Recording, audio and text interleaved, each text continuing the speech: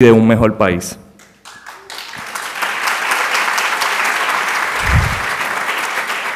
Este foro es el penúltimo de una serie de eventos en los que Naomi Klein ha participado esta semana, que han incluido visitas y entrevistas con organizaciones, con activistas que están luchando por ese mundo posible y necesario. Con este foro pues queremos denunciar, en primer lugar, el uso del huracán María como un mecanismo de promoción de políticas que atentan contra el bienestar de nuestro país y en especial de los habitantes más vulnerables. Políticas que limitarán el acceso a recursos básicos como el agua, la electricidad y la vivienda, y que dañarán nuestro medio ambiente, nuestra salud, nuestra calidad de vida y nuestra estabilidad económica y política. De igual forma, se busca generar una conversación sobre cómo promover un contrashock desde la sociedad civil organizada en resistencia, que logre generar alternativas a ese capitalismo desastroso.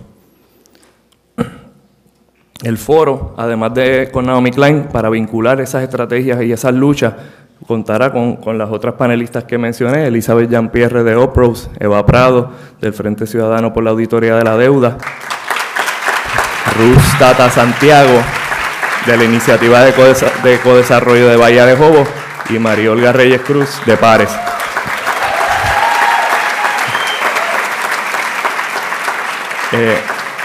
A quienes presentaré cuando les toque hablar en su momento.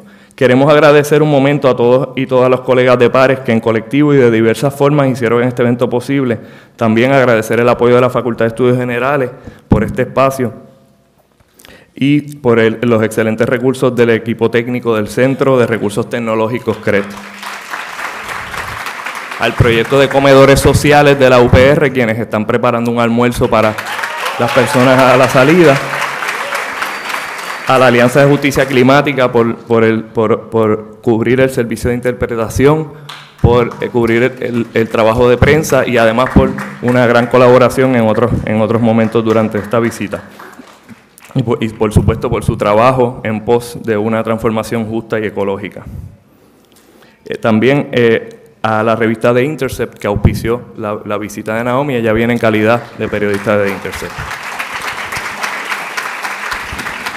Y ahora, brevemente, presentarles a Naomi Klein, nuestra primera panelista. Naomi es una reconocida periodista y activista, además de documentalista y autora de diversos libros en temas relacionados con economía política, cambio climático, movimientos sociales.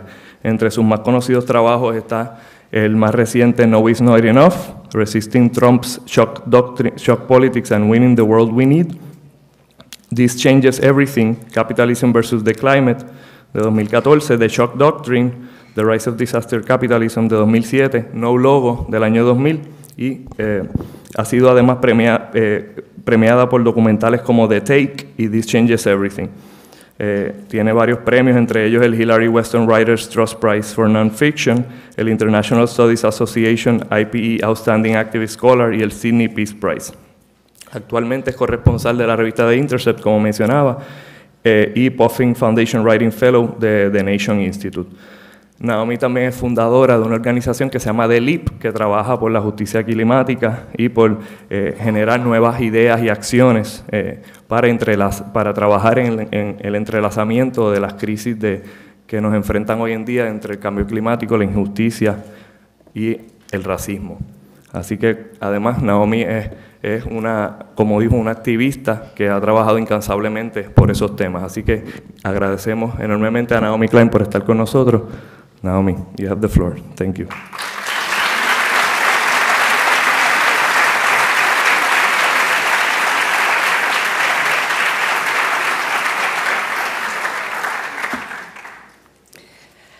Gracias, Gustavo. I am so pleased to be here. It was Gustavo who reached out to me really not long after Maria hit to begin the process of making this visit happen, this event happen, and it's sort of expanded and expanded in its ambition. And I want to thank everybody at PADIS, everybody here at the University of Puerto Rico who worked so hard under incredibly difficult circumstances to organize this event, and also to organize a week of activities that has taught me so much. That is not over yet, and there have been many partners in this process, many of them in this room, and I'm just tremendously grateful. And in fact, this visit to Puerto Rico has been, for me, has been a long time in coming. Ever since I wrote The Shock Doctrine, which came out now 11 years ago, I've been hearing from Puerto Ricans telling me it was missing a chapter. And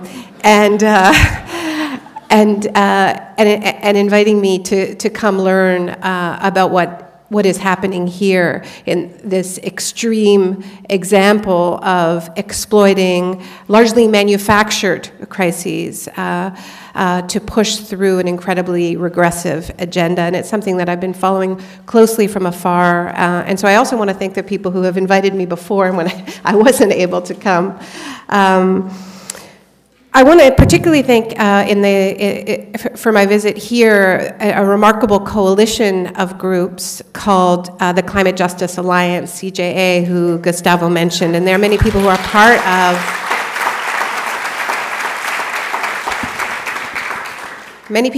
of CJA in this room. We're going to be hearing more about their remarkable work from Elizabeth Jean-Pierre very soon, but I've been able to witness the work on the ground this week, and it's given me so much hope and inspiration.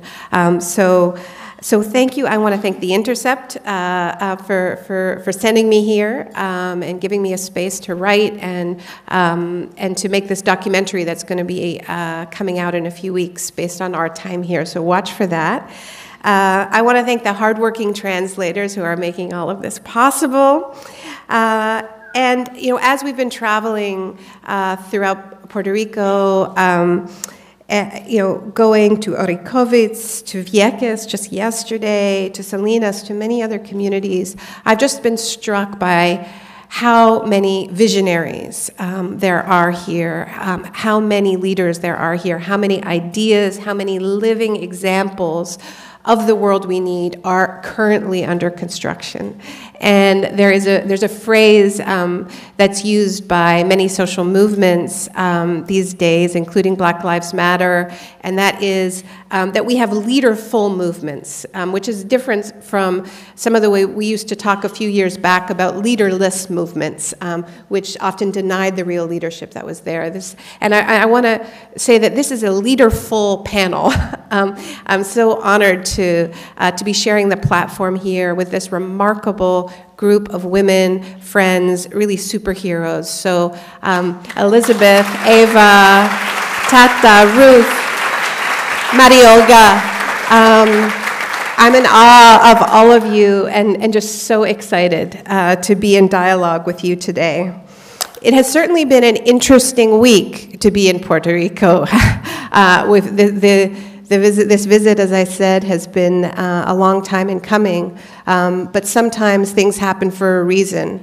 And so, you know, I found myself here talking about disaster capitalism at the same time as I'm racing to keep up with the disaster capitalists in real time. I've been here, as you know, in the same week that your governor announced the privatization of a service that has never been revealed as more essential, electricity.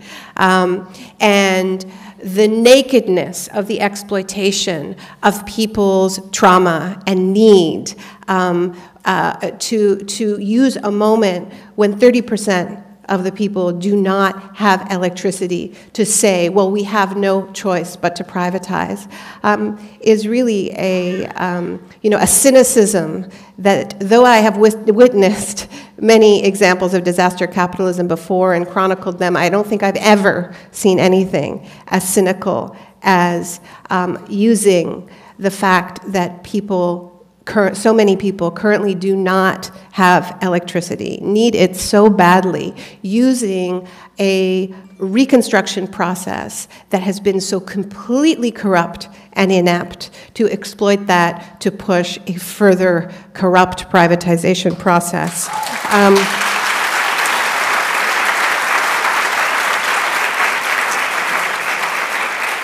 And of course, just yesterday was the unveiling of the so-called fiscal plan. And there's barely been time to metabolize, to process just how naked, how ambitious this all-out assault on the public sphere is. I mean, people have barely had a chance to read it. You know, every line contains another shocking revelation. It has barely been reported, but on page 50 of the fiscal plan, it says in black and white that part of how Puerto Rico is going to respond to all of the crises bearing down on it is to close 300 schools. After 500 schools have already been closed down since 2008. And as part of this, rationalizing this, is an estimate that there will be 100,000 fewer students in those schools. And so we see right there so plainly how the forced migration of Puerto Ricans, forced because it has become so impossible to say, is such an active tool of imposing austerity and, of course, privatization, because it isn't only about closing those schools. It's also going to be about changing those schools. And we know all about this, and I'll talk a little bit more about examples of how this has happened elsewhere. And overall, I think the deal is very plainly a kind of a devil's bargain, right? Where in exchange for time to repay, a little bit more time to repay an odious debt, and we're going to hear from Ava about just how odious that debt is, and indeed time to increase that debt. So this is not debt forgiveness, as it's called, time to increase that debt. The Fiscal Control Board is extracting all of these pounds of flesh in the forms of commitments to attack essential public services and privatize them. That seems to be the deal that was announced yesterday. So, you know, in the past I've called this the shock doctrine. The exploitation of wrenching crises to ram through or smuggle through policies that devour the public sphere and further enrich a small group of already very wealthy elites. And we see this dismal cycle repeat again and again. I first used the phrase disaster capitalism when I was reporting on the Asian tsunami in 2004, that disaster that struck on Christmas Eve and took so many lives. And there was an outpouring of solidarity from around the world. And I got an email a few weeks later from an association of small fishing people who talked about what they called the second tsunami of corporatization and militarism. Which was closing in so quickly, where people lost their homes in the tsunami, were moved into refugee camps in the center of the country, and while they were gone, their land was being seized. And when they came back to their homes, they met men with guns. And then came Katrina. And, you know, when I wrote The Shock Doctrine, I began and ended with Hurricane Katrina because it is such a textbook example of this phenomenon. And, you know, there are young people in the room who were very young when Katrina happened, so I'm going to give a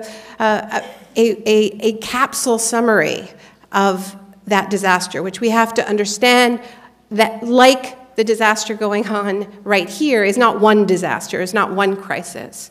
That Katrina was a collision of multiple crises, where you had the crisis of the legacy of austerity, of failed public infrastructure. There had been warning after warning that the levees needed to be repaired, that they would not be able to withstand an extreme weather event. And one of the things that is often forgot about Hurricane Katrina, as though it was this ferocious Category 5 hurricane, by the time it got to New Orleans, it had been downgraded to a tropical storm.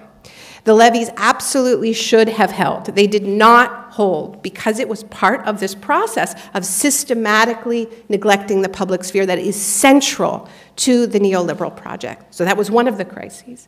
And another one of the crises is the collision of that weak and neglected public sphere with increasingly heavy weather linked to climate change. We know that the storms are getting more powerful because the oceans are getting warmer. So you had that collision of weak and neglected infrastructure colliding with heavy weather. And of course, the infrastructure that is most neglected is the infrastructure that is supposed to protect poor Black and brown people. So it is not a coincidence that the most vulnerable neighborhoods in New Orleans were the neighborhoods where the poorest Black people lived. And so overlaying all of that was the reality of white supremacy, where the people who were abandoned on their rooftops holding signs that said help, who were left in the Superdome for 5 days without food and water, were then animalized in the press. And were vilified, called looters, called animals, all of this. And so it was all of these crises, all of this mixed up. And, you know, I was in New Orleans while it was still partially underwater. And while I was there, this was less than 2 weeks after the levees broke, there was a Republican, a Louisiana congressman named Richard Baker, who was quoted in the press saying, "We couldn't clean out the public housing, but God did." They were very honest about it. They were very open about it. And you know, in New Orleans, it was particularly stark because after abandoning the city, as Puerto Rico was abandoned, there was then this forced evacuation at gunpoint, one-way tickets to every state in the United States. And while the city was literally emptied of its people, the public housing was demolished, the schools were closed down, reopened as charter schools. New Orleans is now the most privatized school system in the United States, and hopefully we can talk more about what has happened in particular to children with special needs, which the charter schools are able to weed out and then inflate their results. Charity Hospital, the only hospital that the major hospital that was serving low-income people in New Orleans, was never reopened after the storm. So, but there was the reason why I started the shock doctrine with this example is because there was this incredible smoking gun, and the smoking gun was the minutes from a meeting that was held just 2 weeks after the levees broke in a think tank in Washington called the Heritage Foundation. Many of you may be familiar with their work. The Heritage Foundation hosted this gathering of the Republican Study Group, which is the group of right-wing lawmakers in Congress, and other representatives from the Cato Institute, the American Enterprise Institute. They came together and they had a brainstorming session. They came up with a list of what they called free market solutions to Hurricane Katrina and high oil prices. And there were 32 of these so-called solutions. And that list was leaked, and if you want to read it, you can look it up on my website. And in addition to the plans to demolish public housing and to close public schools and give parents vouchers that they could use in private schools, there were also these strange things in there, like drill for oil in the Arctic National Wildlife Refuge, and build more oil refineries on the Gulf Coast, and create a tax-free free enterprise zone, and so on. And so what's so striking about this list is that it is all about attacking the public sphere and increasing fossil fuel production. So here you have this crisis that is born of the attacks on the public sphere, meeting the reality of climate change, and the so-called solution is to increase production of the very thing that is at the heart of the climate crisis and just decimate the public sphere altogether. So this is their idea of solutions. Now the name at the bottom of this memo, the signature at the bottom of this list of 32 free market solutions is a guy named Mike Pence, who was chair of the Republican study group. That seems relevant to me in this moment. All right. So you have been living this. You don't need a Canadian to come and tell you what disaster capitalism is in Puerto Rico. And it didn't just start in 2006. It started a long time before that. And this is this moment where all of these crises are merging. And this is sort of the way I see Trump himself, you know, not as a crisis, but just the manifestation of all of these crises, this sort of multi-headed beast lolling around in that terrible suit of his. Not something new and shocking. So the message that I do have for you today, more than any other, you know, is not that disaster capitalism is happening in Puerto Rico. You all know that.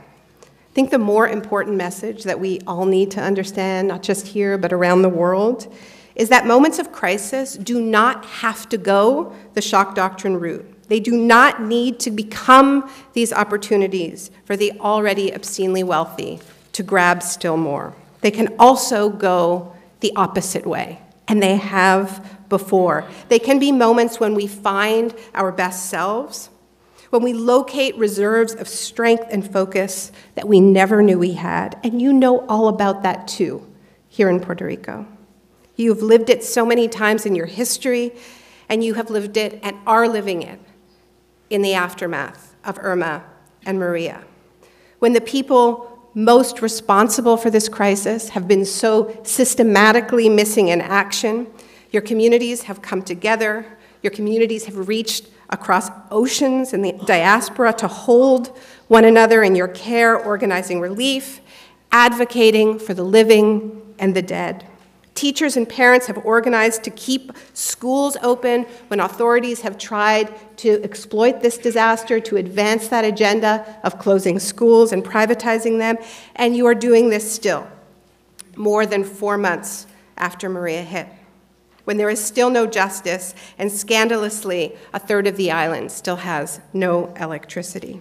So you know that disasters have this power to awaken something remarkable in us. And I often, you know, and we also, so many of us know this from our personal lives when disaster strikes, that we either fall apart and sort of regress, or we just grow up really, really fast. We don't stay the same in crisis, that's for sure. And I'm not just talking about relief here, relief from the immediate crisis, but also the long and proud history of crises sparking progressive transformation on a society-wide scale. Think of the victories won by working people for social housing and old age pensions during the Great Depression and the New Deal era. All of these reforms were far from perfect. Many people were excluded, including immigrant workers, many African-American workers, many women workers. But nonetheless, much of what is being dismantled now in the form of public services, those public housing that was destroyed after Katrina, were victories that were won in the midst of crises that were understood and metabolized by societies as symptoms of a system that was failing and needed to be radically transformed. In other countries, the horrors of World War II, the sacrifices, the tremendous loss of lives, were the lever that won universal public health care. That's what happened in my country, in Canada. That's how we won universal public health care. That's how they won it in the UK, many countries. And this should remind us that moments of great crisis and peril do not need to knock us backwards. They can also catapult us forward. Our progressive ancestors achieved that in key moments in history, and I firmly believe that Puerto Ricans can do it again in this moment when everything is on the line. But what these moments in history teach us is that you don't win these victories only by saying no to the disaster capitalists, to the people who would exploit these crises for their ends. It is important to say no, don't get me wrong. I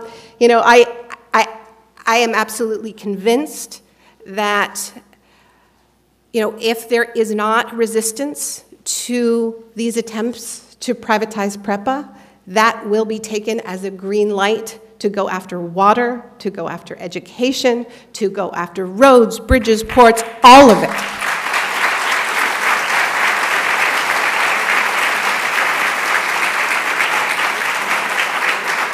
But in addition to that clear no, there also has to be a yes, a plan to transform societies, to recover, that gets at the underlying causes, as opposed to these false solutions that are actually about deepening them. And that plan needs to be convincing, credible, and captivating.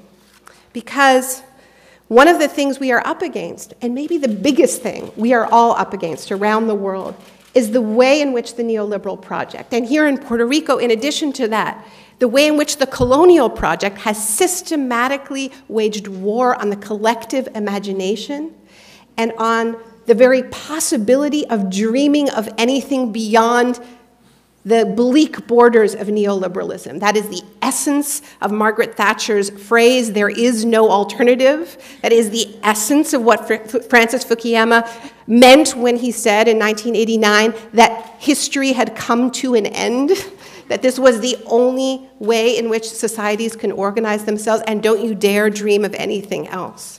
And so that is why it is so important in these moments to dream in public, to come together and put forward these plans that are better than the status quo before the crisis, because that was completely unacceptable. It was unacceptable.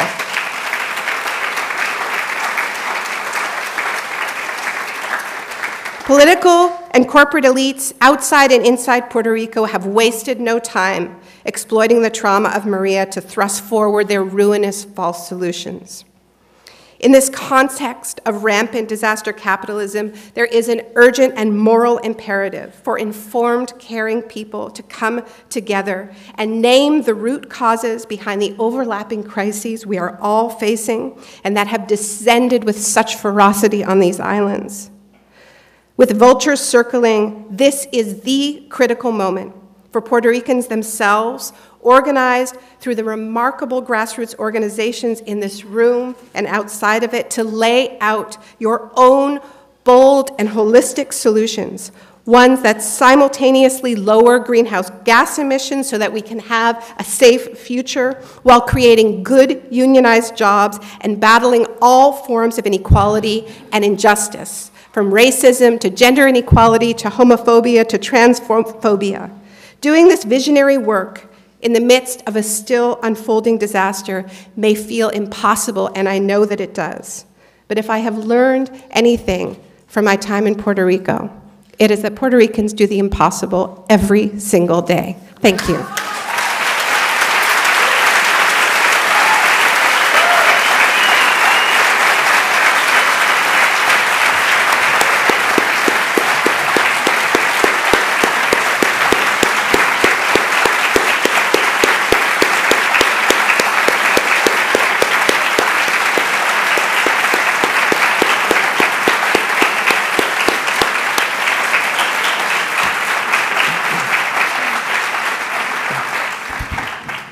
Thank you, Naomi, for that very inspiring talk.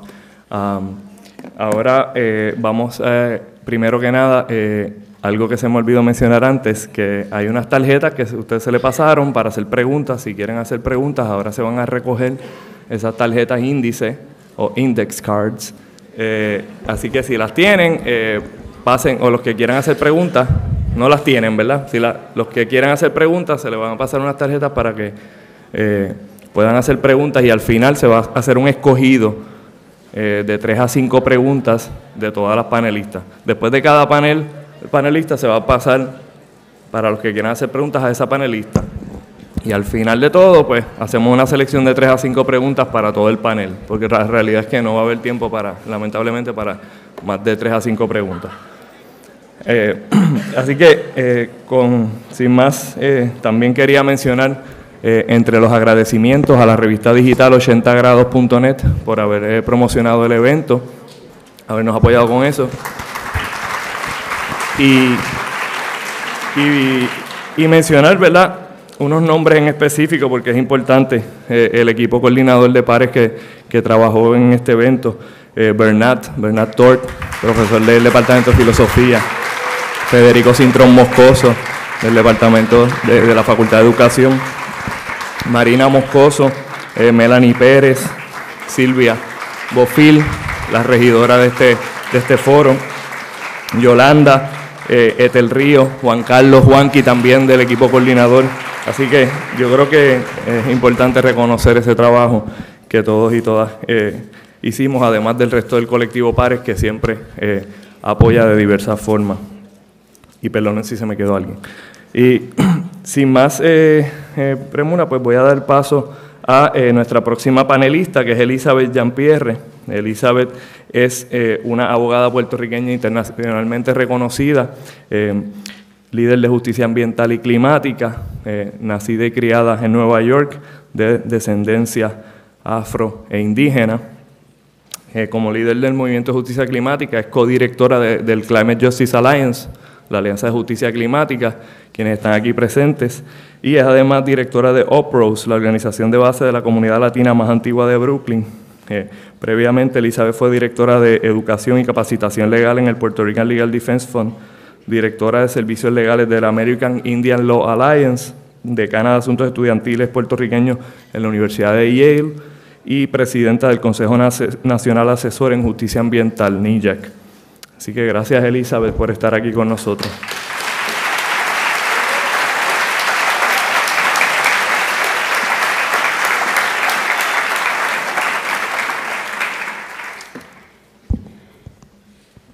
Quería coger un segundito just to feel this, because es bien emocionante estar aquí. Voy a hablarle los 2 idiomas, because soy puertorriqueña de Nueva York, and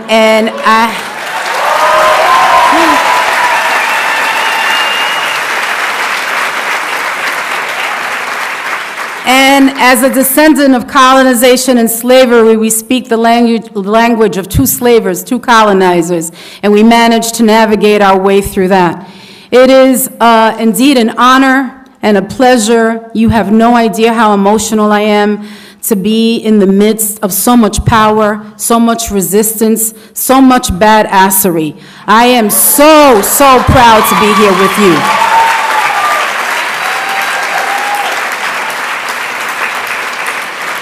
I am a descendant of struggle, so I'm going to keep it real with you. I have no other choice but to live in my authenticity. I am part of the Climate Justice Alliance. I want to thank them. That's my tribe. Those are the people that the moment that the hurricane hit Puerto Rico, who work at the intersection of racial injustice and climate change, from Detroit to New Orleans, from Brooklyn to the Bay, are basically working to lift frontline communities, the ones that are most impacted by climate change, the ones who historically have been affected by all of the abuses on our bodies, on our future, on our lands that is being felt in Puerto Rico. Those are the people that our organization is made of. And so when our members, Organización Boricua, said that they wanted us here, the first thing we did was we asked, what is it that you need and what is it that you want? That is a very important question right now, because a lot of people have a lot of interest in Puerto Rico. And it isn't just U.S. corporations, and when we talk about disaster capitalism, we talk about corporate interests. There's also a lot of, they're telling me to slow down, can you believe that? There are also a lot of nonprofit organizations that are helicoptering in. They literally are having meetings and setting agendas about your future, your priorities, your needs, and raising funding to supplant your leadership, your vision, your resistance, and your brilliance. And so the Puerto Rican community from New York City, those of us who are part of Our Power PR NYC, over 50 leaders, because we are truly leaderful, because we don't believe in patriarchal models that are hierarchical in decision-making. But we are your first line of defense. We were the ones who marched to stop Vieques. We were the ones when it was 5 degrees the other day in the 100 days since Maria were out there when it was below 9 degrees with the wind chill factor, saying Puerto Rico is still in the dark. And so I want to tell you from the Puerto Rican community in New York City, particularly to the students here, because we have a lot of love for the students. I just want to bring you a message from the diaspora, because this is what they said. They said que los estudiantes puertorriqueños de la Universidad de Puerto Rico han demostrado al mundo el dicho de don Pedro Albizu Campos, que la patria es valor y sacrificio, donde vienen y que son la generación que van a ser más impactada por el cambio del clima y que nosotros estamos con ustedes por largo plazo. Que esta situación no es inmediata, no es ahora, pero es una situación que va a durar por muchos años. It will be years from now when you know how those 23 Superfunds that exploded all over your lungs, your lands, your air, your water, and your land are going to impact your health, are going to impact your livability. And so this is a commitment that has to be one for the long run. So I want to thank you. I want to thank Bares for inviting me here. It has been an honor to meet all of you and to work with you. And I want to thank the University of Puerto Rico, and I certainly want to thank you for all coming today. And I hope that I have some wisdom to share and that there's at least something that I can say that transforms you. The Climate Justice Alliance follows these principles, and you should all look them up today, called the Jemez Principles for Democratic Organizing. They are the core values that talk about building just relationships, engaging in self-transformation so that we can build just transitions, literally moving our economies to local livable economies. We know that Puerto Rico is a living, breathing, suffering symbol of climate injustice. And the devastation left in the wake of Hurricane Maria is the culmination of centuries of colonialism, extraction, and regression. And one of the reasons that these nonprofits concern us, these that are helicoptering in, is because they turn us into passive recipients of their good intentions. They deepen our colonization. And they're not respecting the work that is happening in Salinas, in Orocovis, in Vieques, in all of the places where I saw people engaged in food sovereignty, in developing models that can be replicated and it should be supported by the people in this room. So, this climate catastrophe downed many grids that were already buckling under the weight of neglect and austerity. The communications grid, the electrical grid, the food grid, and the economic grid. But the hurricane failed to bring down the spiritual grid of this island, which has energized generations of my people with a commitment to justice, resilience, and self-determination. And I do, as a Puerto Rican from New York City, call you my people. I remember because I was trained by the Young Lords, and I heard stories about how the Young Lords were rejected. But the Ricans from New York City are saying, we have a say in this. We are engaged. We are fully invested in this. We got your back. So I just want to share that with you because that is really important to us. So self-determination. And as Puerto Rico rebuilds, it must be powered by a spiritual commitment to climate justice. Climate justice may not be something that any of you are thinking about, but the truth is that there is a difference between being an environmentalist and being an environmental justice activist. You know, because these plans for sustainability that you're hearing about greening up your communities, Tesla is another corporation. And it's a corporation that is coming in with self-interest. And we are talking about community-owned solar. We are talking about microgrids that belong to cooperatives. So this means revolutionizing the society's decaying systems of survival. I'm going to say that again. This means revolutionizing the society's decaying systems of survival and confronting the dominant political and financial institutions that have profited from decay. And so the language changes, and because people are in dire need, they're quick to go for quick solutions and not understand that they have the solutions themselves. This means ensuring a just transition towards food sovereignty, locally owned renewable energy, racial justice, and let's not pretend that that doesn't continue to be an issue here in Puerto Rico, right?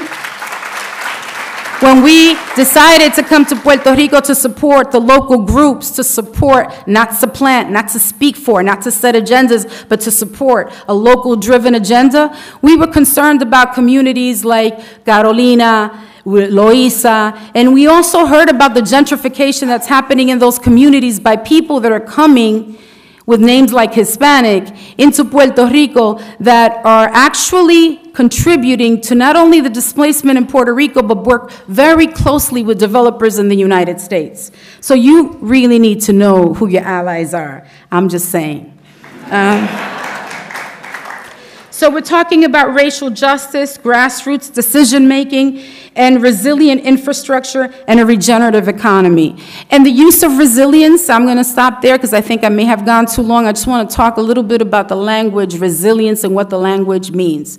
Resilience, as we learned from our people in New Orleans, means to bounce back. It means to go back as if back was ever normal, as if back was ever just, as if back wasn't a place where we had already been suffering the disparities that colonization has imposed on us over generations. So we don't use the word resilience, we use the word resistance because we talk about moving forward, about reclaiming, about taking our land.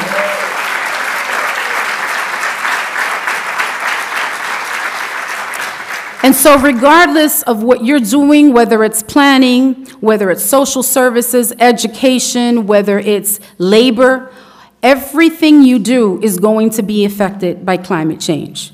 And Puerto Rico really is the canary in the coal mine. Puerto Rico's historical relationship with the United States, this is a place where extraction is really what has defined what our lives have become. Extraction is, and when I talk about extraction, I'm not just talking about fossil fuel extraction, I'm talking about the extraction of our labor. And I would urge you also to be careful with unions, because as much as I support them, and some of them are on point, some of them will also bring in workers that will supplant local workers in Puerto Rico, and this has to be a Puerto Rican recovery for Puerto Ricans.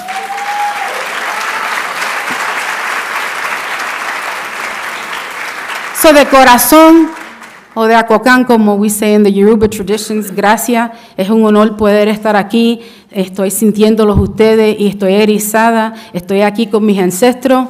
H, gracias.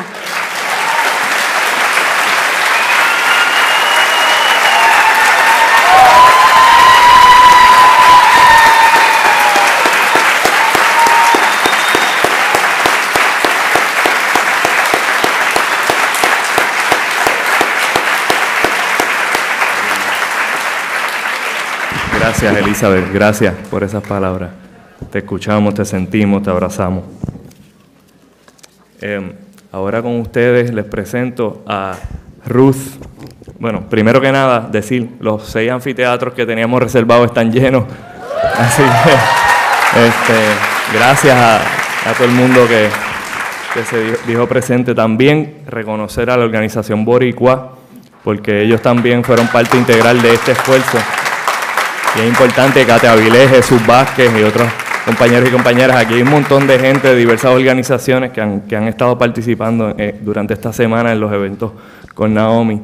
Y además de eso, pues que han estado coordinando diferentes trabajos de solidaridad, de brigadas de solidaridad en fincas agroecológicas, en proyectos de ecoturismo de base comunitario, como el que Tata les va a hablar. Así que Ruth Tata Santiago es residente del municipio de Salinas, donde hace más de 25 años lleva trabajando en temas de justicia ambiental, acompañando a las comunidades en asesoría legal y en organización comunitaria de grupos ambientales, de pescadores y otras organizaciones con fines de desarrollo de base comunitario, ecodesarrollo, cultural, social y benéfico. Es abogada del Comité de Diálogo Ambiental y miembro de la Junta de Directores de la Iniciativa de Ecodesarrollo de Bahía de Jobos, quienes también están aquí presentes el día de hoy, y le agradecemos que nos hayan recibido allá el miércoles en un viaje de campo maravilloso.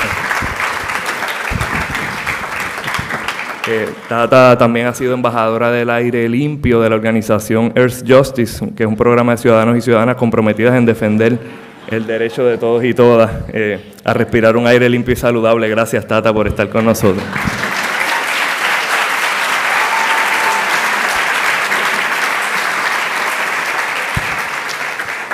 Buenos días a todas y a todos y muchas gracias por la invitación a esta actividad y a toda esta semana de actividades que hemos tenido.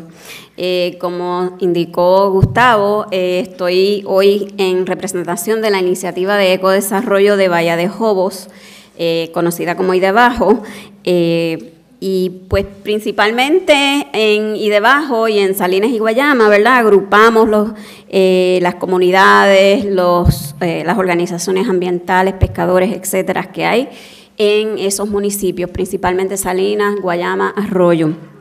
También tenemos lazos, ¿verdad?, a nivel isla y un poco más allá, con distintas organizaciones afines. En términos del tema, ¿verdad?, de hoy, de la crisis, pues yo diría que Idebajo y los residentes, ¿verdad?, de Salinas, Guayama y de muchos pueblos en Puerto Rico tenemos peritaje en crisis, ¿verdad?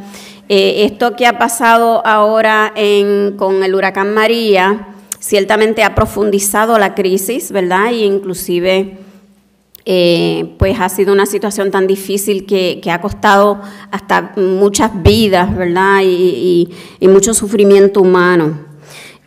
Sin embargo, ¿verdad?, nosotros en el sureste y entendemos que también en otros pueblos, municipios, en gran parte de Puerto Rico, ¿verdad?, hemos estado sufriendo una crisis, atravesando una crisis mayor, ¿verdad?, que tiene que ver con el sistema bajo el cual vivimos y pues ya sabemos que pues se indica que a partir del 2006 Puerto Rico entero, ¿verdad?, ha estado sumido en una situación económica muy difícil, fiscal, social, y pues podríamos decir que eso sucedió mucho antes en las comunidades con las que trabajamos, ¿verdad?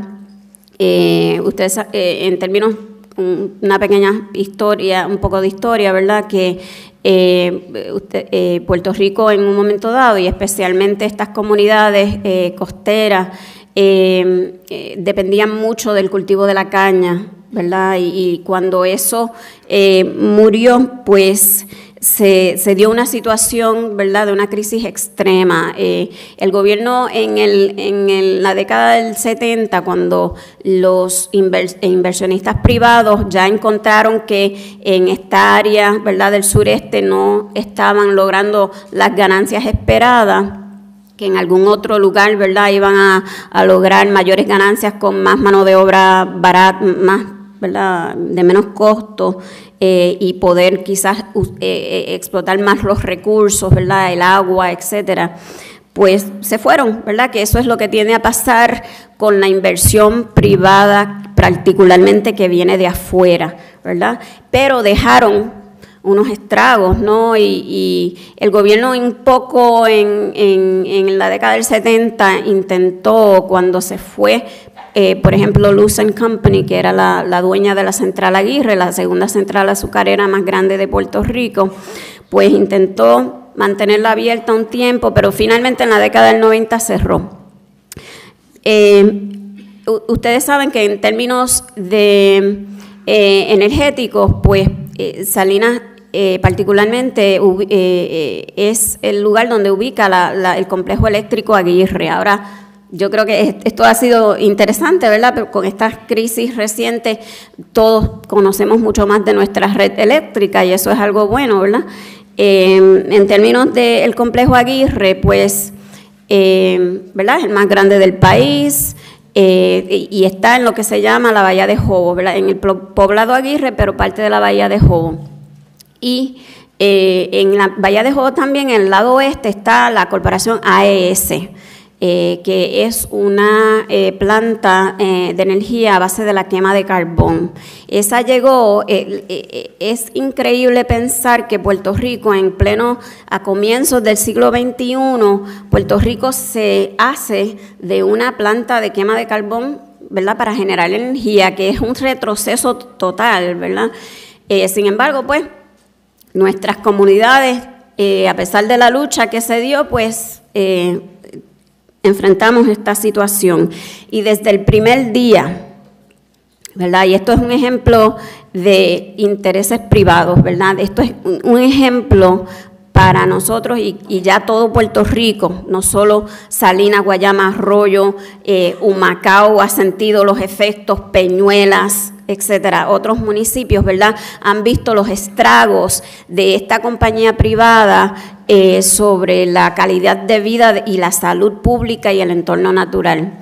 Así que ese es el ejemplo. Si ahora estamos hablando de la venta de activos de generación de energía a intereses privados, no tenemos garantía de que no se repita ese tipo de situación.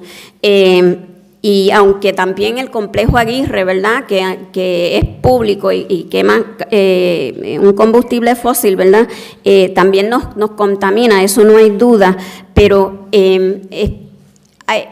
es por razón de que está también capturado, es una agencia pública capturada por intereses privados, ¿verdad? Y ante esa situación, las comunidades, los grupos, estamos forjando, somos atrevidos, ¿verdad? Porque ante esos grandes intereses y todo ese poder y todo ese dinero que pretenden, por ejemplo, sustituir un combustible fósil por otro, porque hay algunos que dicen que pues si convertimos a Aguirre a quemar gas natural, pues todo va a estar mejor, que es más limpiecito, lo cual es absolutamente falso. Por ahí en algún sitio está una de nuestras asesoras en salud pública, la doctora Perry Sheffield de Mount Sinai, que nos indica los peligros a la salud pública del gas natural, ¿verdad? Los compuestos orgánicos volátiles. Y el hecho de que en Puerto Rico para quemar gas natural hay que revaporizarlo primero y esas emisiones también cuentan. Así que entendemos que esa no es la transición que necesitamos y entendemos que si bien es cierto que la venta de los activos de la Autoridad de Energía Eléctrica que se propone sería mayor beneficio para algunas compañías privadas, algunos intereses privados y probablemente, ¿verdad?, socializar las pérdidas al pueblo de Puerto Rico, también entendemos que las soluciones tienen que surgir desde las propias comunidades, ¿verdad? Hoy en día... Gracias. Hoy en día se están dando las condiciones y en algunos lugares ya hay ejemplos de cómo las comunidades se organizan y pueden ser ente activo, participativo en los sistemas de generación y distribución de energía, ¿verdad? Me refiero a la propuesta de las comunidades solares que no solamente implica poner placas o equipo fotovoltaico en los techos de residencias, implica toda una programación que tiene que ver con la conservación, el manejo de la demanda energética, la eficiencia, la educación en asuntos energéticos. Y previo al huracán, nosotros llevábamos 3 años aproximadamente trabajando con colaboradores, con alianzas, particularmente con la Universidad de Puerto Rico y particularmente con los profesores de Mayagüez, desarrollando un proyecto, entre otros, ¿verdad? También, y debajo trabaja otras propuestas integrales y holísticas de desarrollo sostenible. Teníamos y tenemos ya, hemos hecho muchísimos talleres de educación como energética, de reuniones, muchas visitas a distintas, el laboratorio de la UPR de Mayagüez con relación a los adelantos que han desarrollado en estos temas. pero el apoyo no llegaba, ¿verdad? En términos de, nosotros entendemos que aquí en Puerto Rico nosotros tenemos en gran medida todos los elementos necesarios para hacer una transformación real a nuestra red eléctrica hacia comunidades solares. Aquí hay un sector cooperativista, financiera, ¿verdad? Cooperativas financieras que su negocio es hacer préstamos, necesitan hacer préstamos y inversiones para poder crecer y mantenerse viables. Ese es un elemento importante. Como nos indica la Universidad de Puerto Rico en el estudio ARET, tenemos mucho techo en Puerto Rico, ¿verdad? Muchas áreas construidas que serían, ¿verdad? Esa es la propuesta resumida, ya me están diciendo que tengo que parar, así que muchas gracias.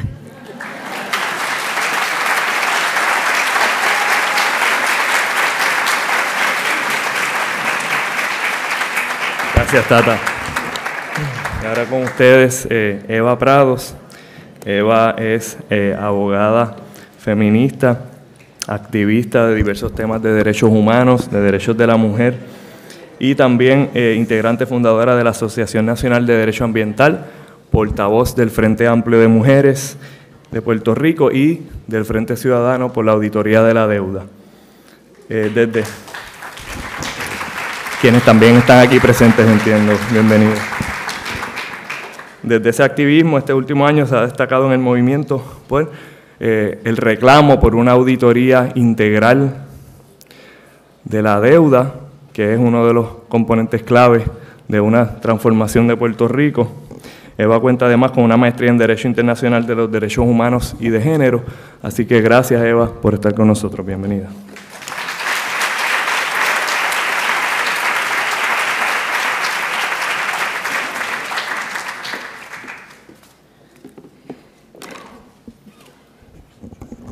Que no lo peguen mucho. Bueno, muchas gracias, Gustavo. La agradecida soy yo de estar aquí. La verdad que ha sido una experiencia espectacular estar con todas estas mujeres esta semana y de verdad ha sido una oportunidad increíble a la cual le agradezco con todo mi corazón a Pares y a las distintas organizaciones que lo hicieron esto posible. Puerto Rico, como bien ya mencionó Naomi Klein, es un caso único para analizar bajo la llamada doctrina del shock y los desastres creados por el capitalismo. Pero no solo por el paso del huracán María. El pueblo puertorriqueño vive bajo este estado de shock permanente y embates de políticas neoliberales por más de una década. El primer huracán catastrófico que arrasó nuestra isla y que todavía su impacto nos mantiene en esta situación permanente de vulnerabilidad es la misma colonia. Nuestra realidad colonial también es factor para nuestro estancamiento económico, resultado de la caída de su modelo socioeconómico capitalista. Ahora llevamos años soportando la alarma de un segundo huracán categoría 5 llamado deuda pública. Buenas tardes, mi nombre es Eva Prados Rodríguez, portavoz y coordinadora del Frente Ciudadano por la Auditoría de la Deuda.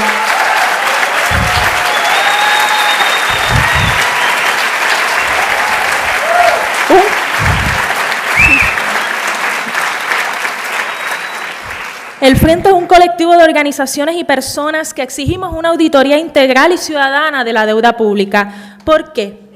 Porque este ciclón llamado deuda pública nos han dicho muy poco sobre sus orígenes, menos sobre sus coordenadas, cómo fue que se desarrolló, ni cómo fue adquiriendo su actual magnitud. Pero de ese ciclón que no vemos sus ráfagas, nos han llevado advirtiendo su paso como algo inminente. Hasta nos han convencido de que representa un estado de emergencia sin precedentes.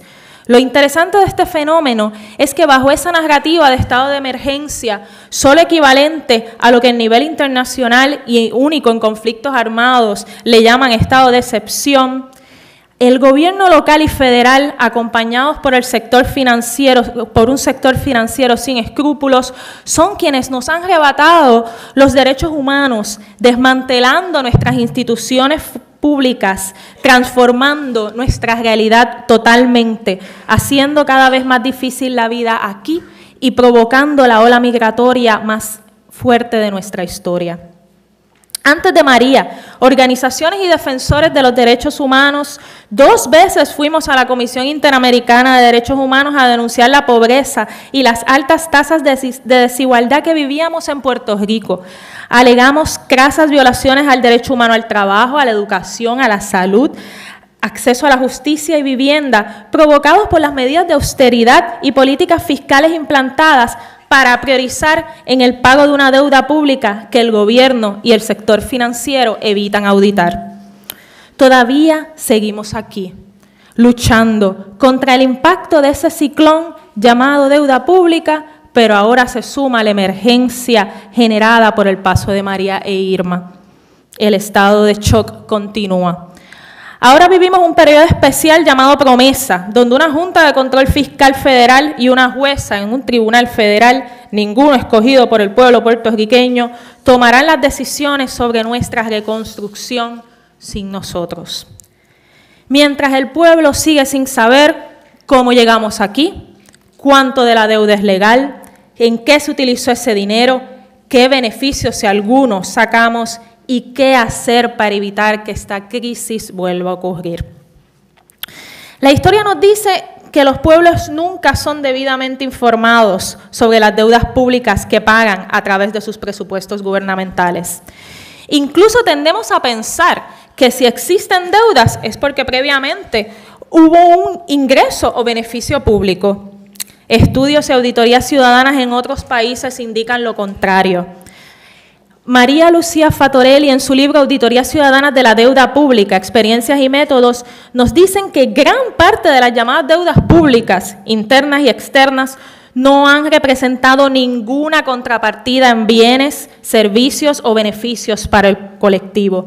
En muchos casos, las llamadas deudas públicas de lo que consisten es de la acumulación de altas tasas de intereses usureras, comisiones abusivas, condiciones viciosas, con sucesivas refinanciaciones promovidas por esa desregularización de los mercados.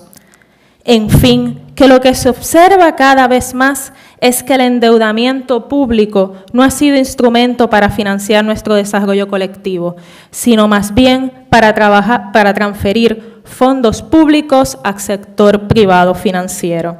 Y Puerto Rico no es la excepción. Como ya hemos advertido, la Comisión para la Auditoría Integral del Crédito Público, creada por ley en sus informes preauditoría, informaron que al menos 50% de la deuda pública de Puerto Rico podría estar en violación de la Constitución, con las consecuencias de que dicha deuda deba de ser declarada nula y no pagadera. Una auditoría completa permitiría evaluar cuáles emisiones específicas fueron realizadas ilegalmente, pero el gobierno ha preferido y resistido hacer una auditoría para quedar bien con ese sector financiero oportunista y evitar rendir cuentas por sus actos. Una auditoría integral también nos permitiría evaluar el desempeño y legalidad de las actuaciones de cada persona e instituciones financieras involucradas para que también rindan cuentas.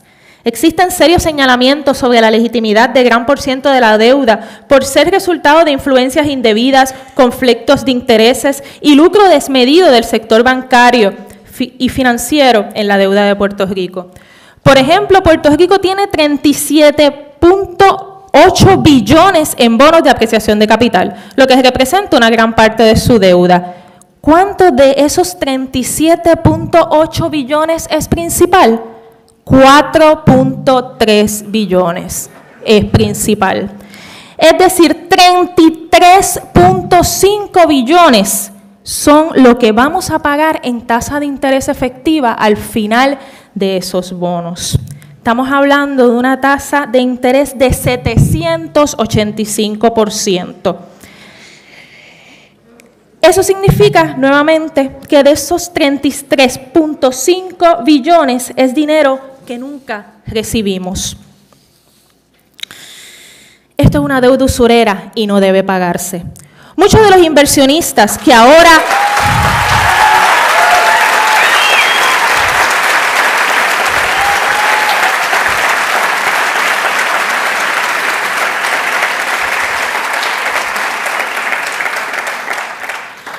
Muchos de los inversionistas que ahora poseen deuda de Puerto Rico, incluidos los llamados fondos de cobertura, acá buitres, nunca esperaron que la isla pudiera reembolsarlo todo. Sin embargo, estos inversionistas compraron bonos al precio de 5 centavos por dólar en el mercado secundario, 5 centavos del precio original. Eso significa que muchos de estos tenedores buscan obtener el 95 centavos en ganancias, es decir, un retorno en su inversión de 1900%. Eso, a costa del cierre de escuelas, de la paralización de la Universidad de Puerto Rico, del cierre de nuestro sistema público de salud, todo para solamente darle ganancias abusivas a un sector de estos inversionistas a cambio de nuestros servicios esenciales. Esa deuda no se puede pagar.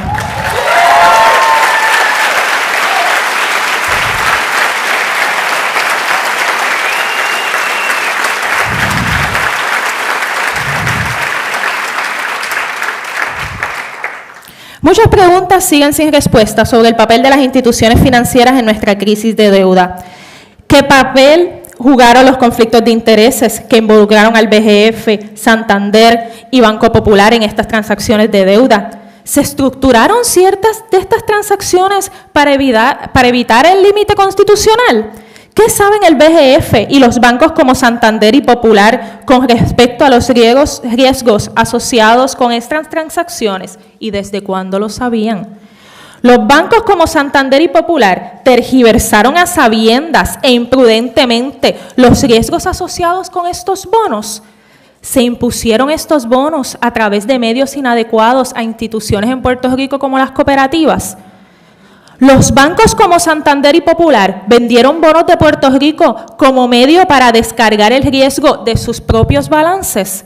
Es imposible que el proceso de reestructuración de Puerto Rico sea justo si estas instituciones financieras públicas y privadas no son investigadas a fondo primero.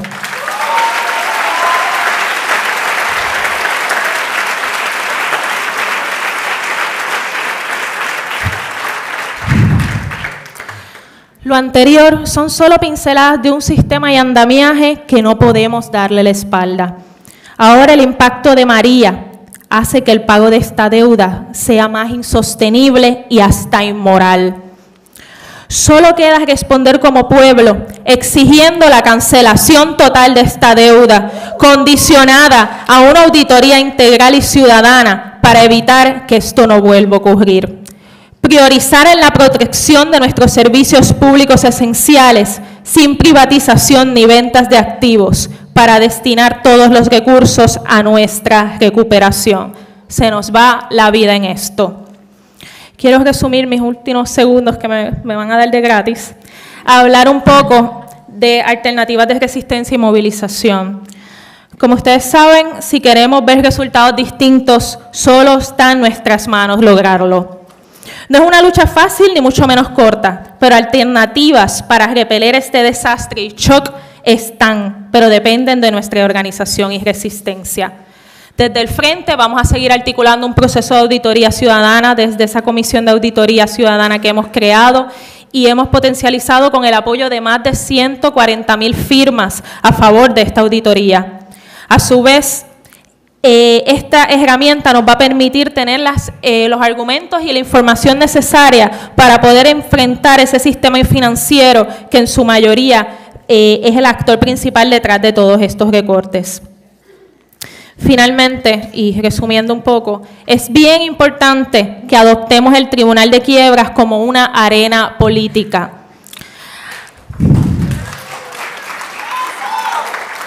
Además de la auditoría, y no podemos darle la espalda a lo que ocurre en ese tribunal. Aunque sin duda estamos hablando de un foro judicial complejo y creado precisamente para pasar por encima la participación ciudadana y democrática, sigue siendo uno de los aspectos más importantes y uno de los espacios donde más potencial para influir tenemos. Lo estamos perdiendo, no los estamos aprovechando. Desde la calle ha habido una influencia importantísima en otros procesos de reestructuración en jurisdicciones como Detroit y en un sinnúmero de ocasiones nos los han advertido.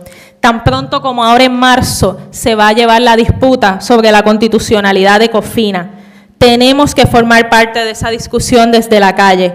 No los dejemos a ellos definir a dónde van a priorizar nuestros fondos públicos. Finalmente, es vital señalar quiénes son los que deben responder. En vez de otorgar a juntas de control fiscal y administradores que no son electos ni tienen que rendir cuentas, es importante que responsabilicemos a los actores privados y financieros que se han aprovechado y generado ganancias con esta crisis. Hay que obligarles a pagar para que compongan lo que han destruido.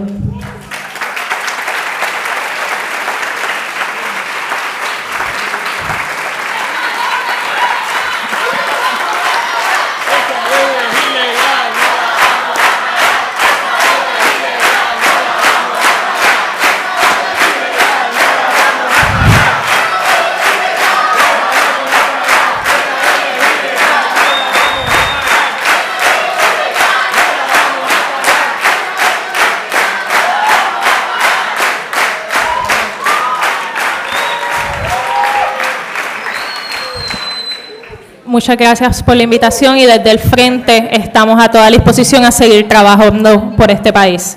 Muchas gracias.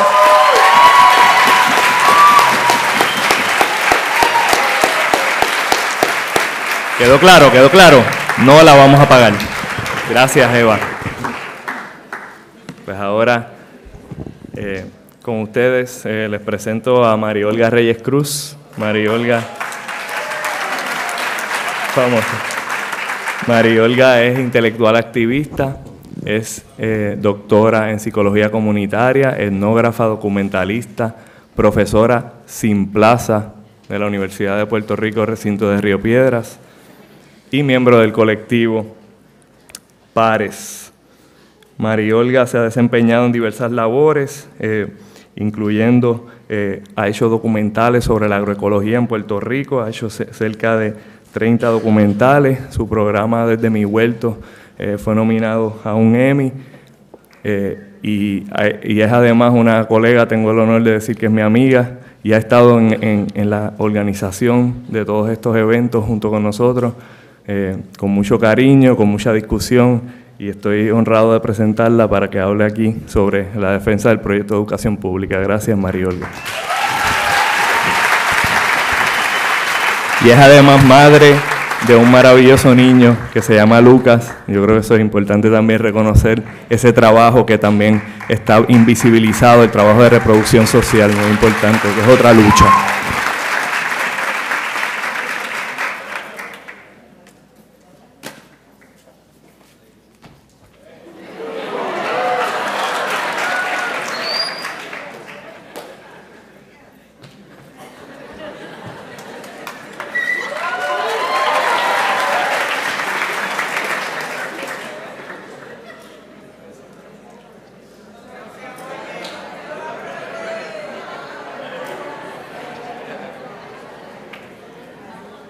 Un recordatorio de las preguntas, los que quieran pasar preguntas para las demás panelistas, van a estar por ahí las personas pendientes. Hola, realmente es bien emocionante estar aquí con todos y todas ustedes, con este panel de mujeres guerreras.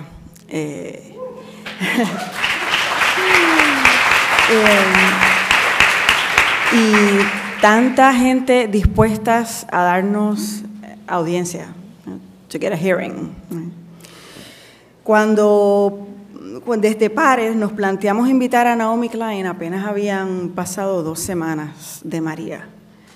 Nadie tenía electricidad, cientos de miles estaban sin hogar, sin techo, se agotaban los abastos de comida, de agua, combustible, gasolina y todos los etcétera que necesitamos o no, entendemos que necesitamos para la vida cotidiana. El ruido y la contaminación aumentaban exponencialmente con cada generador que se encendía. Durante y después del toque de queda, cruzar una intersección era una proposición y es todavía una proposición de vida o muerte.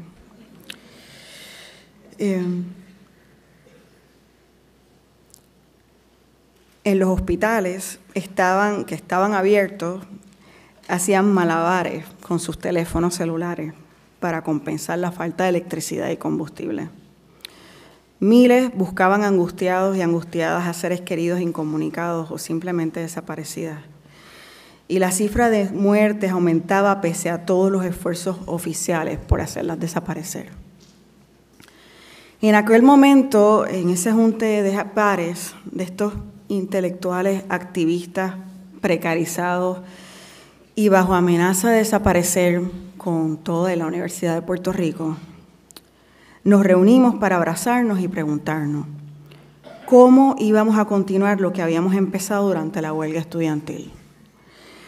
Cómo interrumpir los discursos que nos fuerzan a ajustarnos y seguir para adelante, hacer más con menos hasta que no nos queda nada. Cómo interrumpir los discursos que ya emergían a son de la bandera pretendiendo devolvernos a una normalidad inexistente y ya de por sí repudiable. Ya pusieron sobre la mesa la privatización de la Autoridad de Energía Eléctrica, en medio de este desastre por María, tramado y anunciado desde décadas. Según Noam Chomsky, la técnica estándar para la privatización es quitarle los fondos al sector público, asegurarse que las cosas no funcionan. Y cuando la gente está agotada, agobiada, furiosa, le pasas lo público al sector privado.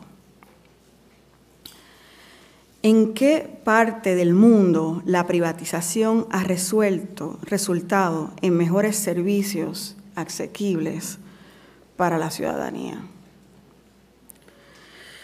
Hoy, esta mañana, los titulares anuncian que con la venta de la Autoridad de Energía Eléctrica pagarán primero a los bonistas y nos multarán por rechazar el servicio. ¿Qué instituciones y corporaciones creen que están en línea si nos quedamos callados y calladas? Después de décadas de desmantelamiento y saqueo de las instituciones públicas vitales para una sociedad democrática y justa, a favor de los intereses particulares y de corporaciones millonarias de aquí y de allá, empresas con el capital social y político para pasar legislación por encargo y pintar un mundo de ficción que reproduce solo su riqueza, después de décadas de profundización y multiplicación de la corrupción político-partidista y la acumulación de una deuda pública odiosa, descomunal, que nos quieren cobrar a cuenta de que tomaron prestado para disque mejorar nuestras condiciones de vida. En medio de esta debacle, no solo cientos de miles continúan sin electricidad y acceso a otros recursos fundamentales, agua, vivienda, sana alimentación, servicios de salud, ingresos, educación, nos quieren vender el cuento de que resolveremos nuestros problemas colectivos vendiendo todo lo que nos queda, como si la empresa privada, la misma responsable por el 76% de los empleos perdidos el año pasado, nos tuviera a todos y a todas en su mejor interés. Solo podemos sospechar lo que viene por ahí, porque mientras la historia que podemos contar hoy sobre privatizaciones y despojos se ha repetido por varias décadas, por siglos, en todas partes del mundo, y a pesar de sentirnos maniatadas por la falta de control sobre nuestro presente y futuro colectivo, este es uno de esos momentos donde podemos entretejer otros futuros posibles desde lo que sabemos hoy, quizás. El pasado y el futuro están aquí, ahora, ante nosotros y nosotras.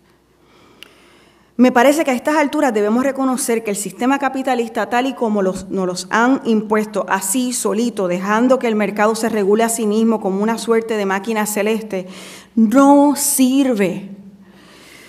Sí, bueno, el sistema capitalista sigue sirviendo muy bien a quienes se sirven la tajada más grande, pero la desigualdad crece sin parar mientras el planeta presenta sus límites.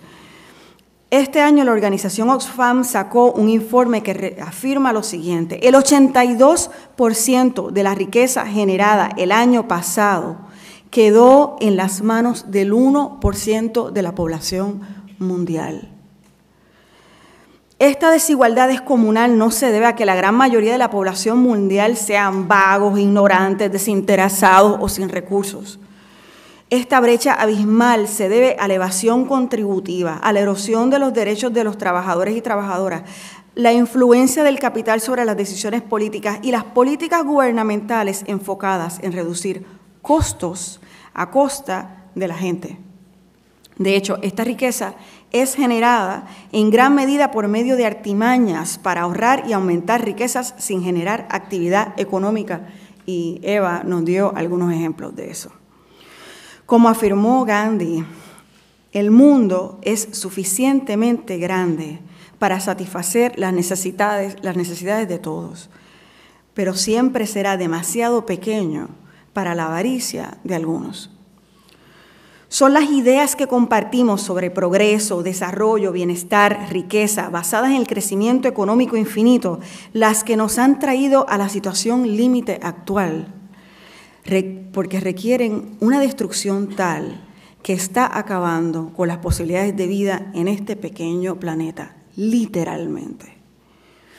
Hace unos días, camino al sur con Naomi, hablábamos si los y las puertorriqueñas estábamos en shock después de María, o si llevamos tantas décadas, siglos realmente, de embates coloniales y capitalistas que ya nada nos sorprendía.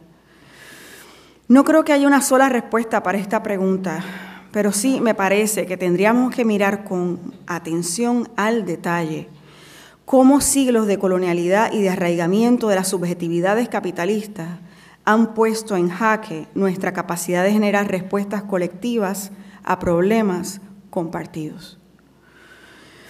En el momento en que más peligra nuestra vida en común, las grandes mayorías de este país son llamadas a levantarse y reinventarse individuo a individuo, familia por familia, para continuar con la normalidad que nos destruye.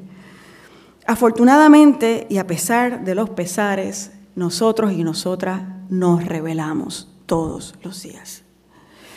Contra todo pronóstico, creamos las bases para otros mundos posibles, aún en medio de las contradicciones inherentes a estar atravesados por la subjetividad capitalista. Y ya veo ahí, pero acá me dicen 5 minutos y tú quieres que yo vaya lento. Voy a tratar. Los y las habitantes de este archipiélago tenemos una larga historia de resistencia para defender nuestros derechos al territorio, a ser personas, a ser pueblo, al agua, al aire limpio, al alimento y nuestra capacidad de producirlo, a la salud y a las prácticas que la promueven, a la educación formal, pública y gratuita. Hemos defendido nuestros derechos a vivir en comunidad y al acceso a viviendas seguras, a ser tal y como decidamos ser, rompiendo las imposiciones patriarcales y heteronormativas. Hemos defendido, aún dentro de la misma lógica del capitalismo que nos ahoga, nuestro derecho al trabajo justo y digno. Hemos luchado para crear y mantener culturas propias. Hemos luchado para existir, para vivir. Hoy somos herederas de todas esas luchas. Aquí hoy están actores políticos que gestaron esas luchas. Aquí hoy también están nuevos actores políticos que han asumido el pase de batón para mantener estos fuegos encendidos y comenzar otros. En Puerto Rico se ha planteado que el primer y único horizonte para crear otro país más equitativo, justo, democrático, sostenible, es la resolución de la relación colonial estatal con los Estados Unidos. También hay quienes sostienen que el estatus es irrelevante, pues los discursos, procesos y subjetividades que son productores y reproductoras de la crisis contemporánea rebasan las fronteras nacionales, encuadrando las posibilidades de vida para las grandes mayorías globales. Pero decir que el estatus es irrelevante y ya exacerba los sentimientos de impotencia ante la debacle sociopolítica y sedimenta el cada cual a lo suyo, quítate tú para ponerme yo, marcha conmigo para salvar lo mío. desde donde estamos destinados y destinadas a profundizar la desigualdad y la injusticia. Y francamente, no podemos esperar a que se resuelva el estatus. Durante estos 5 meses, tras el paso de los huracanes Irma y María, se han multiplicado las autoconvocatorias. Los centros de ayuda mutua, comedores sociales, brigadas de recogido de escombros, reconstrucción, de siembra, para restablecer servicios eléctricos, para atender a los más vulnerables, para atender los centros de distribución de recursos, también ya comienzan a reorganizarse. Quienes están bajo amenaza directa a cuenta de la deuda pública y el plan fiscal. Se supone que pare. Como buena pares. Ok, aquí está la cosa. Nosotros estamos construyendo soberanías múltiples todo el tiempo, en todos los lugares. Y son esas soberanías las que tenemos que entretejer. Los límites de la colonia están ahí y van a seguir presentándose. Pero ¿desde dónde construimos país si no construimos nuestras soberanías? La soberanía alimentaria de Boricuá, del Josco Guarao, de la Finca Conciencia, del Huerto Semilla.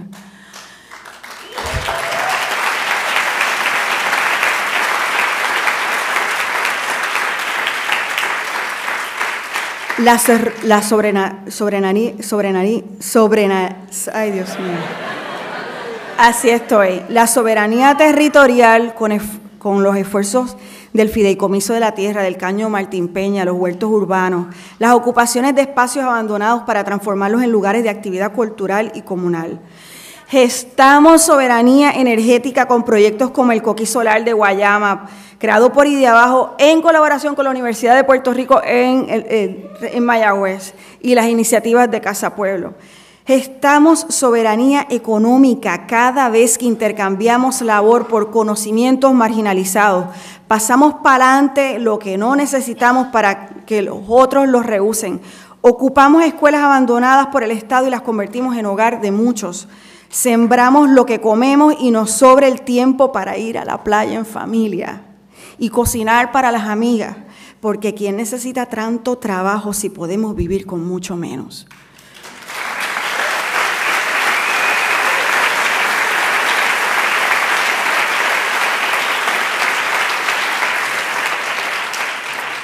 Gestamos soberanía política cuando nos reunimos en pleno e inventamos procesos horizontales para la toma de decisiones, cuando nos autoconvocamos para ocupar la esfera pública y luchar por el bien común, cuando exigimos que quienes aspiran a representarnos manden con el oído en tierra, obedeciendo a las mejores aspiraciones de la gente a quienes están obligados y obligadas a servir, pues solo les cedemos nuestro poder soberano para promover el bien común y no para el beneficio particular de aquellos con línea directa a su corazón y a sus bolsillos. A través de los años, y ahora más palpable, tras el paso de Irma y María, hemos redescubierto que no tenemos que esperar por nadie. En lo que llega la ayuda del gobierno o de allá afuera, nosotros y nosotras estábamos atendiéndonos los unos a los otros. Hemos redescubierto que nos tenemos, que podemos salvarnos y gestar formas alternas de producir lo que necesitamos para vivir. En lo que se resuelve el problema del estatus, nos hemos inventado países posibles, más justos y más democráticos. Ahora tenemos otro futuro posible que forjar. Va a requerir toneladas de valentía, creatividad, humildad y amor para tejer el entramado capaz de fortalecer nuestras interdependencias desde la diversidad y la democratización. Será un camino arduo, lleno de contradicciones, experimentos, dudas y esperanza. Igual hasta nos podemos tornar un poco más aymara y menos occidentalistas, para que todos vayamos juntos, que nadie se quede atrás, que todo alcance para todas y que a nadie le falte nada. No queda mucho tiempo. Estamos listos para cambiar de rumbo. Gracias.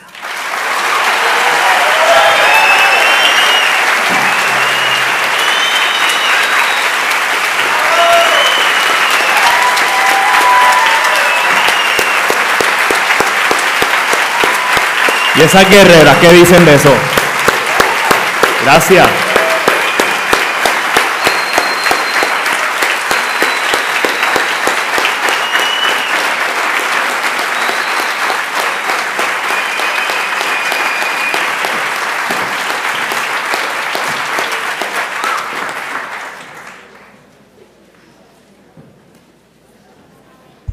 Bueno, pasamos a las preguntas. Un poco anticlimático, como que ahí es pararnos y irnos a hacer la revolución. O sea, del día a día. Vamos a empezar. Aquí estamos empezando también. Estamos aquí. Estamos los que estamos, como dijo María Olga. No hay que esperar por nadie.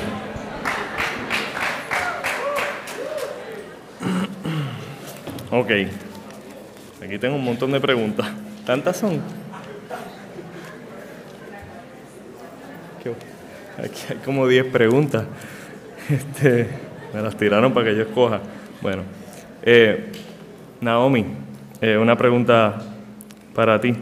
Dice, I am afraid that focusing on the no's, on the no, can further alienate the majority of a very cynical population. How can we multiply the yeses, the new ideas, to win other hearts and minds of the tired majority?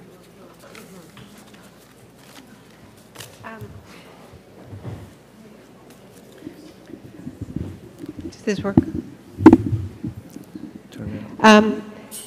Well, I think we've heard some really great answers to that question. Maybe that question came in before some of the other speeches were heard, because I think we are really hearing the emergent threads of a kind of a people's platform here, you know? This is not a process of starting from scratch, right? It's overwhelming, but it would be a lot more overwhelming if this were the beginning of a process. But because there is such a rich history of resistance, because these tactics were already in place exploiting previous crises, there is a movement infrastructure here, right? There is a movement that has been challenging the legitimacy of the debt already, that has been challenging the legitimacy of Promesa itself. There are going to be court cases challenging it as a violation of the American Constitution, of the right to democracy. There are many planks of this platform that are already emerging, and pieces of the yes that are under construction, that are a question of amplifying those living solutions, and also, I think, translating them into policy, right? Because the beacons of what that world should look like, what food sovereignty looks like, what real energy democracy looks like, what it means to transform the public sector so that it isn't only public in name, but is genuinely democratic and responsive to the people in the community. We have examples of this, but we need to change in such a hurry that we can't forget the policy piece. But I agree completely that it can't only be a movement of no, of resistance, precisely because the problem that we face is that so much of the public has been convinced that their choice is so bleak between a completely unacceptable status quo that they know to be unacceptable and some promise that privatization will make things better. We need to challenge that logic. We need to expose the fallacies of privatization. We need to tell the stories of how, for example, privatized utility companies increase fees. They don't decrease them. And furthermore, the private energy companies have been the single greatest barrier to the transformation to 100% renewable energy all around the world. They fight it because they see renewable energy, especially decentralized community-controlled renewable energy, as a direct threat to their business model, because it is. Because renewable energy is free, the source material is free, and it means that customers become competitors, and that's why the private utilities have been fighting renewables in Nevada, in Florida, in Hawaii, in all of these sunny states. It's why Donald Trump just slapped a 30% tariff on solar energy, because they're trying to kill this industry. So we need to share that information, but we also need to tell our stories and translate them into policy and weave them together so that it's not just one sector that is proposing a solution, but it's actually a vision for another world.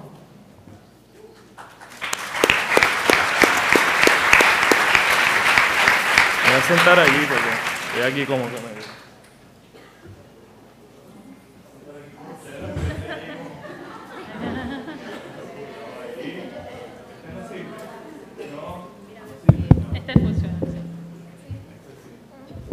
Bueno, yo tengo un montón de preguntas. We have a lot of questions, so I'm just going to choose one for each panelist, and maybe later at some point we can try to answer all of the other questions and put them on Facebook or something. So I apologize in advance, ¿verdad? Me disculpo porque no vamos a poder contestarla.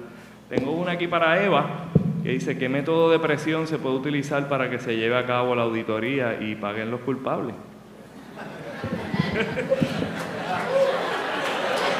Te la puse bien fácil, Eva, tú ahí tiras.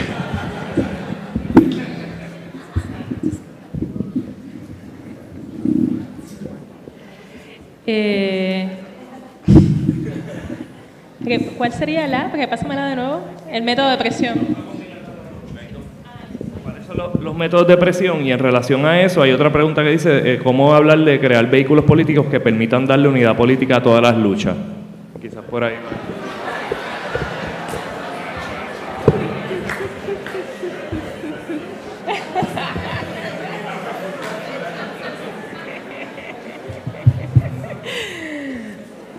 Bueno, la realidad es que, número uno, se ha podido construir, yo tengo que hablarles de cuando empecé un poco a involucrarme en este asunto de la auditoría, que no se hablaba sobre eso, así que actualmente ya existe un mecanismo de presión que ha sido la movilización social que hemos podido lograr, gracias a esa movilización que jamás íbamos a pensar y vamos a recibir ese apoyo mayoritario. Precisamente tiene que seguir siendo ese catalizador que logró incluso fomentar y dar herramientas de lucha a la misma huelga de la universidad. Así que realmente hemos podido, sin darnos cuenta, construir ya un movimiento de pueblo alrededor del reclamo de esa auditoría de la deuda.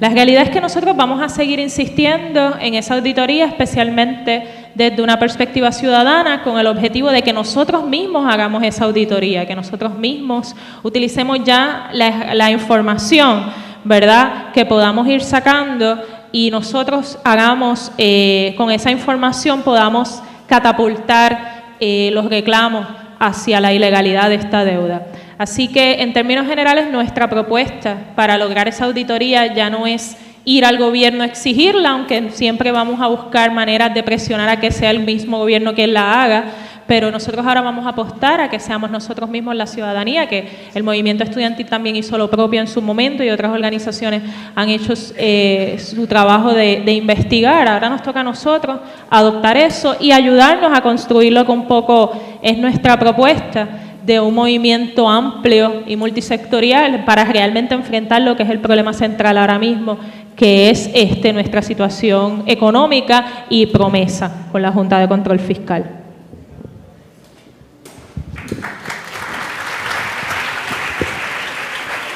Una pregunta para María Olga.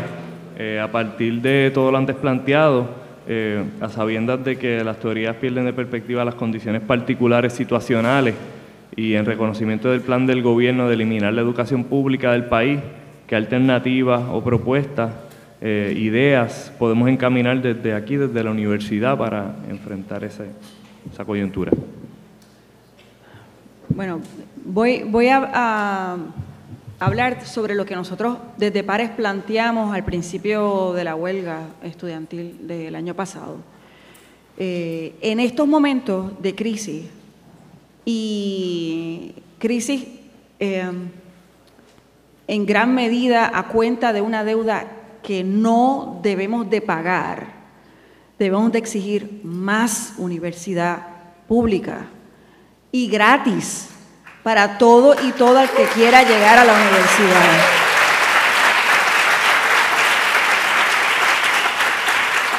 Lo de gratis se lo estoy añadiendo yo hoy, tengo que decir eso, pero en realidad lo que nosotros estamos planteando de fondo es que necesitamos reconocer, y esto es algo que lo ha planteado el movimiento estudiantil históricamente, reconocer que la universidad pública es parte fundamental para desarrollar la cultura política de un país justo y democrático.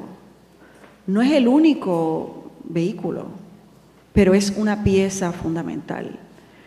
Y no debemos simplemente allanarnos a que a cuenta de una deuda odiosa la tenemos que cercenar.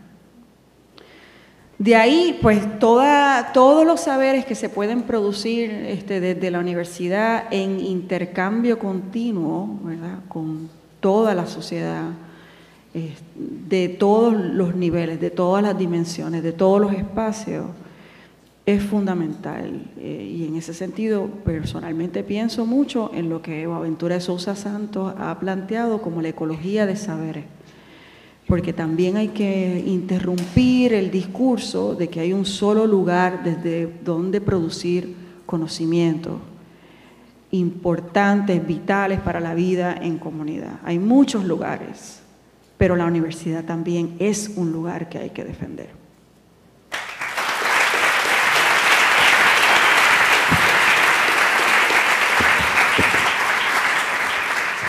Tata, ¿cuáles son los otros elementos que tenemos en Puerto Rico para hacer una transición del sistema eléctrico de la Autoridad de Energía Eléctrica hacia las comunidades?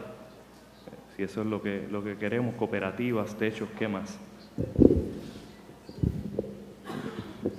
Bueno, en Puerto Rico hay mucha gente capacitada y en la diáspora también, ¿verdad?, que ya están trabajando estos asuntos. Ayer mismo tuve una reunión con un profesor de la Universidad de la Ciudad de Nueva York que ya ha hecho un proyecto aquí y está sumamente interesado en colaborar con el proyecto de Coquí Solar.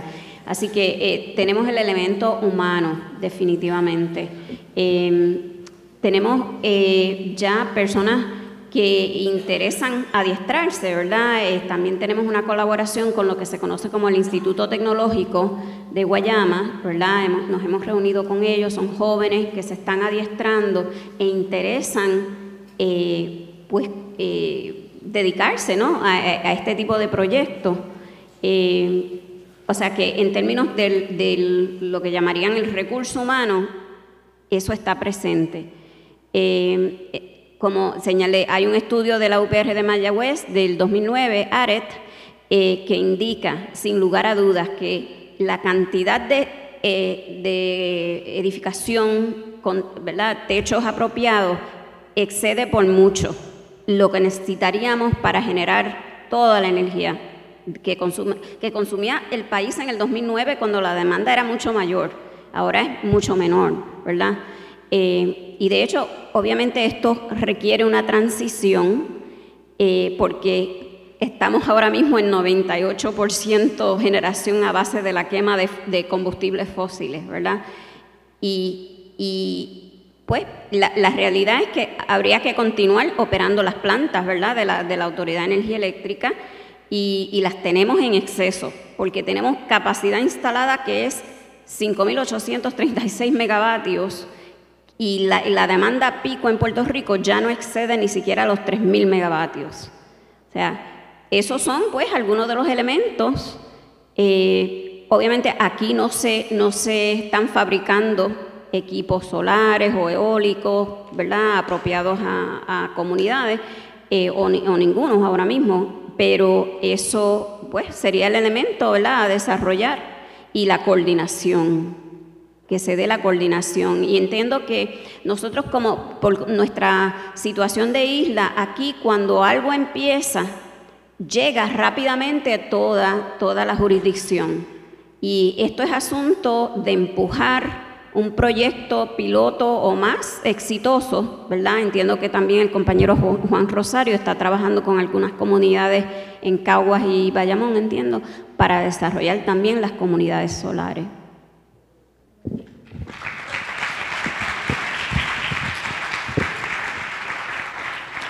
Última pregunta para Elizabeth.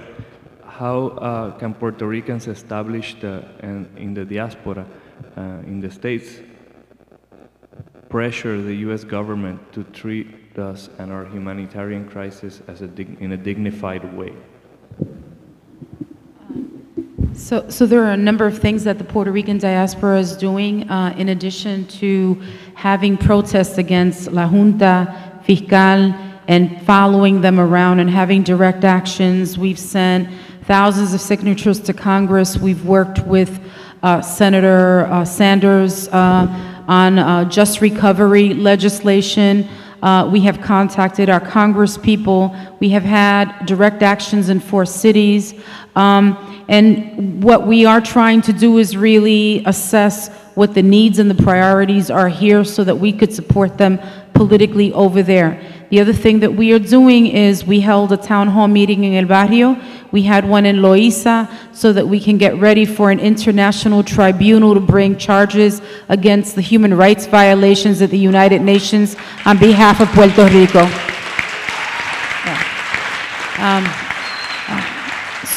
And what we've been asked by the people in Puerto Rico is to hold those town hall meetings all over the island to get those testimonies, to put them before the United Nations.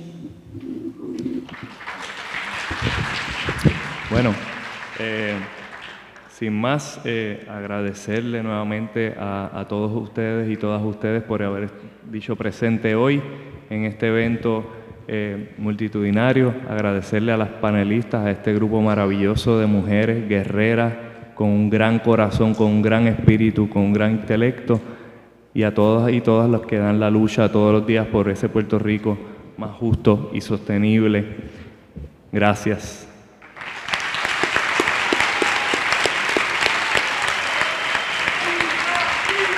Entrega, no, lucha, sí, entrega, no, lucha, sí, entrega, no. Para